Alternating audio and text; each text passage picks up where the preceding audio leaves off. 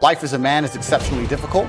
I say the most beautiful and the most terrifying thing about being a man is you're born without value. Society doesn't care about you. You're only going to be cared about based on how useful you are. You have the chance to build yourself up and become a superhero if you're prepared to do the hard work and be indefatigable enough to never quit.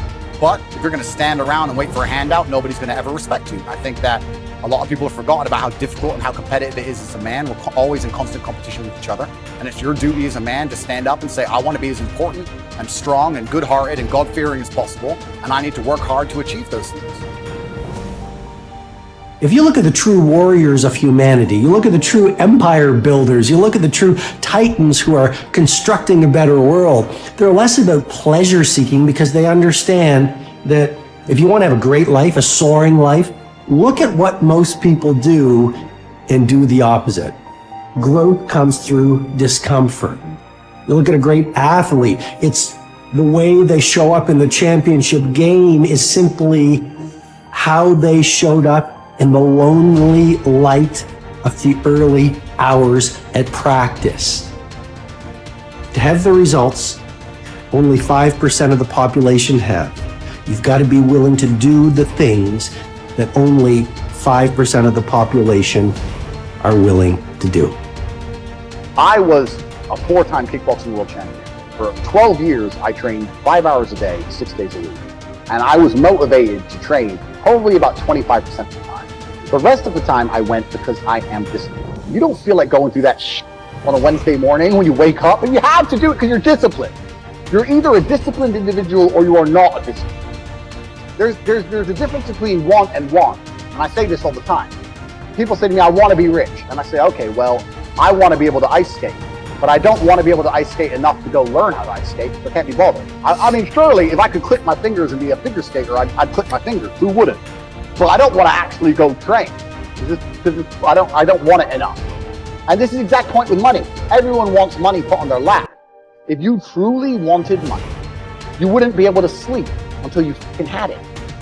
The masters make the hardest things in the world look easiest. And in the moments where you push yourself, those moments tend to lead to success. But you've got to stop rationalizing, stop making excuses, stop telling yourself little watered down assessments of where you're really at. Tell yourself the truth. And the truth shall set you free. And the truth that I had to come to grips with, that I wasn't in charge of my destiny. The truth was that I wasn't giving all that I had. The truth was that there are some things that I wanted to do, but I didn't have the courage to act on those things. I had to start looking at my life differently. I started going to work earlier. I started being the last one to leave there. I started working harder than anybody else. I am not motivated to do the things I'm supposed to do. I don't wake up full of joy. I have to go to the gym, or that I have to work, or I deal with crap. I don't feel motivated to do them. I'm disciplined. I do them regardless of how I feel. Whether I'm in the mood to do it or I'm not in the mood to do it, it gets done.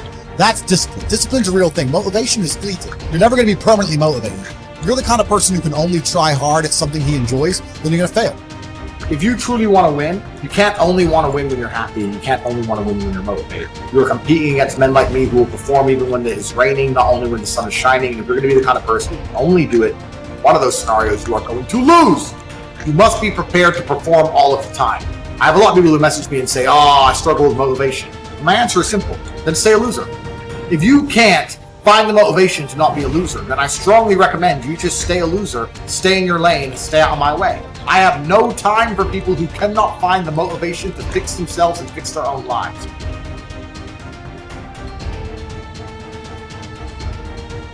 If you cannot control your own mind, then you go through life with zero control, zero influence. You can't control anything.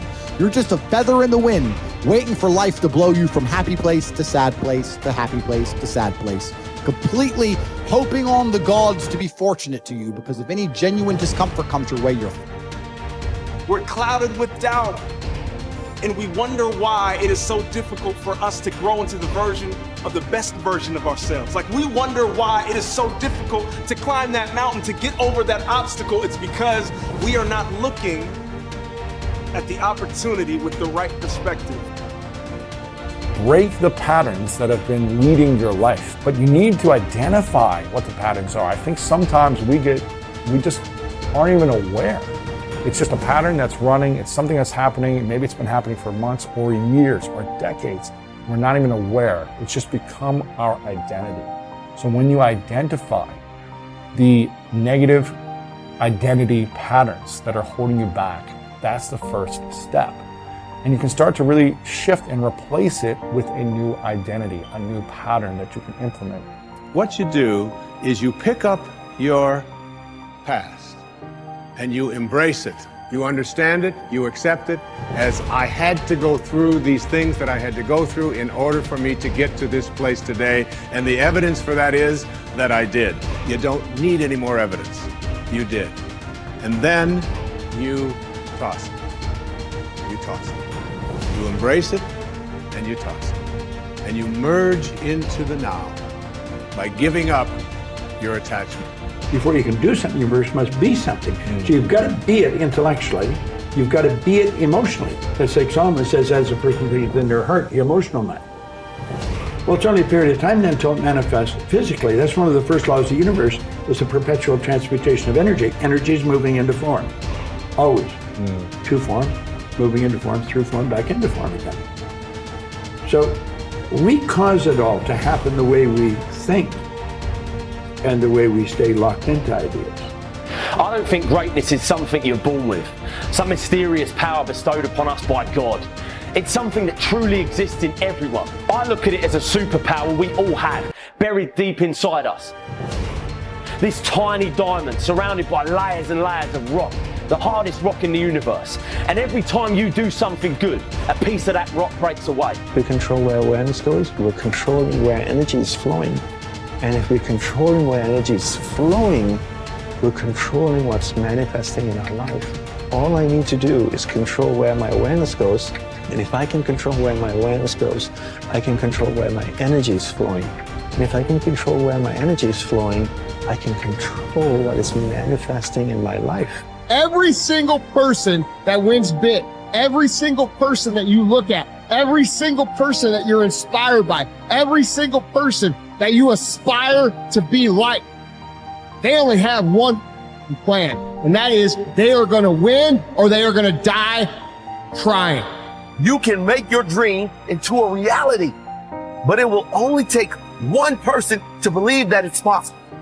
It will only take one person to put in the work. That person is you. If you're sitting down and you start thinking about some future worst case scenario that you're conjuring up in your mind, and you begin to feel the emotion of that event, your body doesn't know the difference between the event that's taking place in your world, outer world, and what you're creating by emotion or thought alone. So most people then, they're constantly reaffirming their emotional states. So when it comes time to give up that emotion, they can say, I really want to do it. But really the body is stronger than the mind because it's been conditioned that way. So the servant now has become the master. And the person all of a sudden, once they step into that unknown, they'd rather feel guilt and suffering because at least they can predict it. Being in the unknown is a scary place for most people because the unknown is uncertain. And people say to me, well, I can't predict my future. I'm in the unknown, and I always say the best way to predict your future is to create it. Not from the known, but from the unknown. What thoughts do you want to fire and wire in your brain? What behaviors do you want to demonstrate in one day? The act of rehearsing them mentally, closing your eyes, and rehearsing the action. Rehearsing the reaction of what you want? Or the action? The action of what you want. By closing your eyes and mentally rehearsing some action. If you're truly present, the brain does not know the difference between what you're imaging and what you're experiencing in 3D world. So then you begin to install the neurological hardware in your brain to look like the event has already occurred. Now, your brain is no longer a record of the past. Now it's a map to the future. And if you keep doing it, priming it that way, the hardware becomes a software program. The law of expectation says that your expectations tend to become your own self-fulfilling prophecies. In other words, what you expect to happen usually does. And if your expectations are based on false information, so you have false expectations, that's what will happen anyway.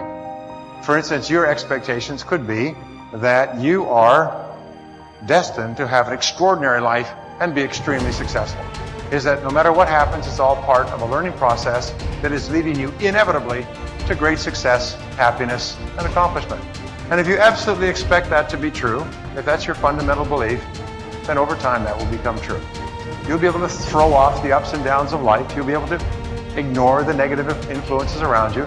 If you confidently expect to be a great success, then by gum, you sure will be. No matter what people tell you, you just say, well, it'll be all right. Everything will work out fine. And we know that an attitude of confident expectation is a hallmark of highly successful people. They just expect to succeed more than they fail. They expect to be liked by others more often than they're disliked. They expect to learn from every difficulty that they have. They expect to keep making progress. They just confidently expect it. And surprise, surprise, your expectations affect your realities. What you experience on the outside is determined by how you think on the inside. As they say, you are not what you think you are, but what you think you are. In the Bible it says, as a man thinketh in his heart, which means in his subconscious mind, way down deep, so is he. According to your faith, it's done unto you, and so on. Big picture thinking can benefit any person in any profession. When somebody like Jack Welch tells a G employee that the ongoing relationship with the customer is more important than the sale of an individual product, he's reminding them of the big picture. When two parents are fed up with potty training, poor grades or benders, and one reminds the other that the current difficult time is only a temporary season, then they benefit from thinking big picture. You have to think anyway, so why not think big? Big picture thinking brings wholeness and maturity to a person's thinking. It brings perspective. It's like making the frame of a picture bigger in the process, expanding not only what you can see, but what you are able to do. Big picture thinkers are never satisfied with what they already know. They are always visiting new places, learning new skills. And because of that practice, they often are able to connect the unconnected. They are lifelong learners. To help me maintain a learner's attitude, I spend a few moments every morning thinking about my learning opportunities for the day. As I review my calendar and to-do list, knowing whom I will meet that day, what I will read, which meetings I will attend, I note where I am most likely to learn something. Then I mentally cue myself to look attentively for something that will improve me in that situation. If you desire to keep learning, I want to encourage you to examine your day and look for opportunities to learn. Writer Henry David Thoreau wrote, "Many an object is not seen, though it falls within the range of our visual ray, because it does not come within the range of our intellectual ray." Who you are determines what you see and how you think. Big picture thinkers realize there is a world out there besides their own, and they make an effort to get outside of themselves and see other people's worlds through their eyes. It's hard to see the picture while inside the frame. To see how others see, you must first find out how they think. Becoming a good listener certainly helps with that. So does getting over your personal agenda and trying to take the other person's perspective.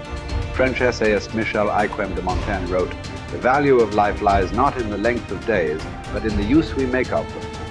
A man may live long yet live very little. The truth is that you can spend your life any way you want, but you can spend it only once. Becoming a big picture thinker can help you to live with wholeness, to live a very fulfilling life. People who see the big picture expand their experience because they expand their world. As a result, they accomplish more than narrow-minded people. And they experience fewer unwanted surprises too, because they are more likely to see the many components involved in any given situation. Issues, people, relationships, timing, and values. They are also, therefore, usually more tolerant of other people and their thinking.